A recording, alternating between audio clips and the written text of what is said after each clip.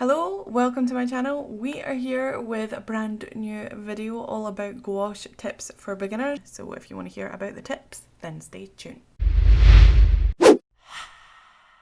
I'm Amanda, and here at ALLJArt we make mistakes, learn from them, encourage each other and grow together. So if you want to join on in the journey of becoming the artist that you want to be, then hit subscribe and the bell and come along for the ride. Gouache is a paint commonly described as watercolour and acrylic's baby, as it has features of both, but it also has its own sense of style. There are properties to gouache that acrylic and watercolour do not have. It actually used to be mixed with a binder called Endscreen, and it was sold as poster paint, which appeals more to kids. So if you went into B&M or Michael's and there was poster paint, that's apparently gouache, but it is mixed differently now. It's manufactured with gum arabic, which is a binder that is much higher in quality. There is also the acrylic gouache range, which dries waterproof, also known as acrylic gouache, unlike traditional gouache, which is activated with water and can be re-wet. Now this seems to be debated, but apparently you can mix gouache with acrylics to get a matte finish and it makes the painting dry waterproof. But I would rather use a matte medium with acrylics to get that effect, or acrylic gouache. I think that it would be less expensive than buying acrylics and gouache and mixing them together. I think I would just rather skip it and use the right medium for the right effects, I guess. You can layer acrylics on gouache and gouache on acrylics without the fear of it cracking, and I'm not sure about any other medium. I'm pretty sure that you're not allowed to do that with oil and gouache or oil and acrylics, but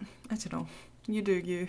If you want to try it, then try it and just experiment, I guess. Gouache is more commonly used in conjunction with watercolour, as the two are very similar, being that they are both made up of colour particles and gum arabic. The difference being that gouache has more pigment and the particles are more tightly packed together, which is what creates the opaque matte finish in gouache. It is said that it's a great medium for beginners as it's easily removed from the paper, making it simple to correct mistakes. I'm not really sure if it is easier, because there are properties to gouache that even as a beginner you wouldn't expect, and it is quite hard to get a handle on it. But I feel like if you can get a handle on gouache early on in your illustration career or journey, then you probably would be able to paint with anything. But you have to keep in mind that it is a very different medium, because gouache has a weird quirky trait, which is the fact that there is a huge colour shift. So dark colours dry lighter and light colours dry darker, making it hard to match colours if you need to mix more paint. There are ways to get around this though. You just need to mix enough paint for the area that you're going to cover, and also you don't really need to match paint that much depending on the style that you're going for. Obviously, if you want a very clean graphical look, then matching colours is important, but if you want a more painterly style, then adding slight variations and slight shifts in value and darkness and lightness could probably add quite a lot of interest to your paintings. In my opinion, gouache is one of the most fun mediums to experiment with, because you can get translucent watercolour effects easily, but you can also lay it on thick and get it opaque. You don't need to use any mediums or toxic thinners and cleaners to use it and clean it up, because it is just a water-based paint. I would like to share some tips with you about gouache, so if you're just starting out with gouache, then this video is definitely for you. And also I do give some supply recommendations at the end of this video, so if you want to stick around for that, then feel free. Number 1, I would recommend to use the paint straight out of the tube rather than dried paint to be re-wet. This is because it's much easier to get the consistency that you want. If you use dried paint, you might need to use more water to break down the paint, causing it to be less vibrant. Some gouache brands, even the more expensive ones, also crumble when left to dry, and that's not fun to have chunky monkey paint, trust me. If you're trying to re-wet it and it's all crumbly and bits get onto your brush and you try and paint with it, it's not fun, it's not great, it's just not the best experience. So I definitely recommend using fresh paint in your paint-ins. Number 2 is to use 2 jars of water. You could get away with using 1, but I use 2 because the water can get dirty fast, so it's nice to have 1 to clean your dirty brush and 1 to use to mix and pick up paint and have a clean vibe to your painting. Although, to be fair, I always forget which one is my dirty water and which one is my clean water, even though you can clearly see the difference if you look at them, but I tend to mix them up. I did it in the painting that I'm doing in this video actually. I use coffee jars that I have just kept and washed out. I have loads of coffee jars. I am a coffee jar hoarder. Number 3, consistency. I rarely use gouache like watercolour, so I like to use just a little bit of water so that the paint is almost creamy, not too milky consistency. It's not runny. I find that the paint lays better when it's a little bit more on the thicker side, but if it is too thick then it won't lay down nicely on the paper, especially if it's textured paper. So if there's little white speckles in your strokes, then all you need to do is add a little tiny bit of water and it will make it flow easier. This is something that you just have to experiment with yourself. A lot of people ask this question when they are asking people or artists about gouache, is how do I get the right consistency? And basically the right consistency is personal preference and you just need to experiment with the medium. Try to use a limited colour palette. When I first tried gouache, I bought a set of 14 colours for $3.99 from a stationery store in town called Raymond's Stationery, and the actual paint was Royal and Land Nickel, and I have a video of me trying to use it for the first time. I use it way different now than I used to. I'll link the video if you want to listen to my first thoughts on the medium. I later upgraded to Winsor & Newton to attempt to have a limited palette, so I only bought Spectrum Red and Permanent Yellow Deep and Ultramarine Blue and then a couple of other reds, but I had no idea about colour theory. I didn't know about cool and warm colours particularly, so when I was mixing Spectrum Red with Ultramarine Blue, it was coming out really dull and not like how I wanted it to. What I really needed to do was get a primary red and mix that with ultramarine blue to get a vibrant purple. But that actually made me not want to use gouache for a very long time. I stopped using it until I got my Arteza set in 2019 or 2020. I don't know. This year's went in so fast it feels like it could be 2020, but it might not be. Or this year. I don't know. Anyway, the point being is that I stopped using it until I bought this set. And the reason I bought it was because I knew that my problem with gouache was the mixing thing. So I knew that I needed to buy paint that had a lot of colours so that I didn't have to mix.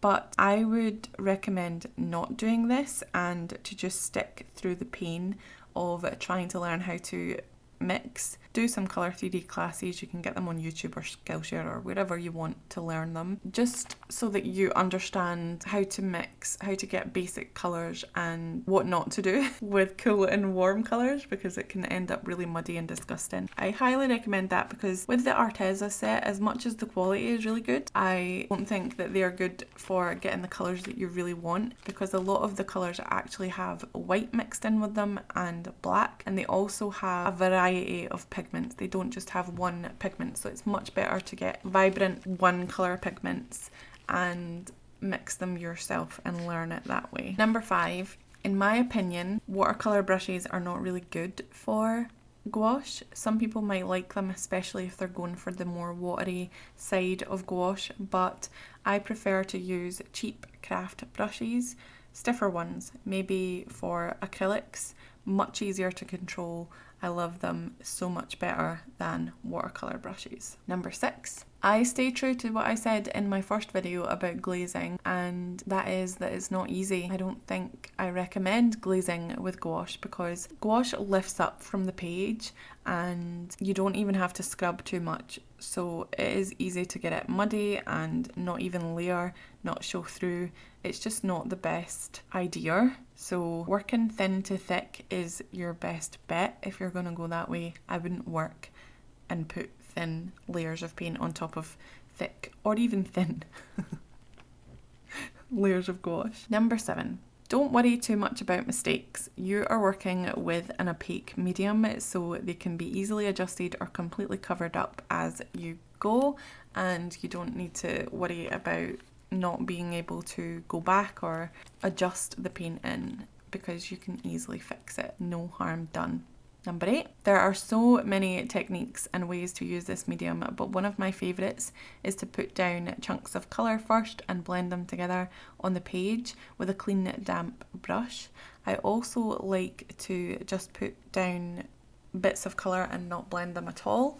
I have seen artists blend with an in-between colour, so they put down a colour and then another colour, and then they mix those two colours together on a palette and blend that together. I have tried that method and it is good to get gradients that way, but I tend to get gradients by just using white a lot. So say I wanted a blue sky and I wanted to fade it to orange, I would put blue at the top, keep adding white every time I do a stroke downwards, and then I would go from the bottom with orange and keep adding white until I get to the white that I blended the blue out with, if that makes sense. If you want a bigger video on like actual techniques and a tutorial of how I actually paint with the medium, then please do comment below and give this video a thumbs up, so I might do that. Number 9, paper towels are your best friend to dab off excess water and paint. You could use a cloth, but I'm actually a bit weary on whether that affects the environment more than paper towels. I know with paper towels you need to put them in landfill, as you cannot recycle paper towels with paint on them. I don't even know if you can recycle paper towels because it's not paper, it's a different texture.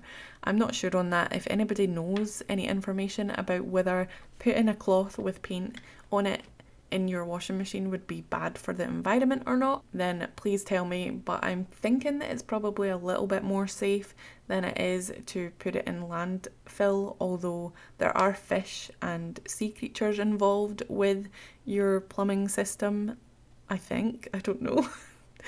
So if you would like to educate me on that, I would love it to hear your thoughts on it, because if cloths are better for the environment, then I would rather use a cloth. Number 10. One thing I love about gouache is being able to work dark to light. Unlike watercolour, you don't really need to preserve the whites, as you can layer lighter colours over dark, but I still try to work light to dark to avoid muddiness, but it's still nice to be able to add lighter values in if you lose them.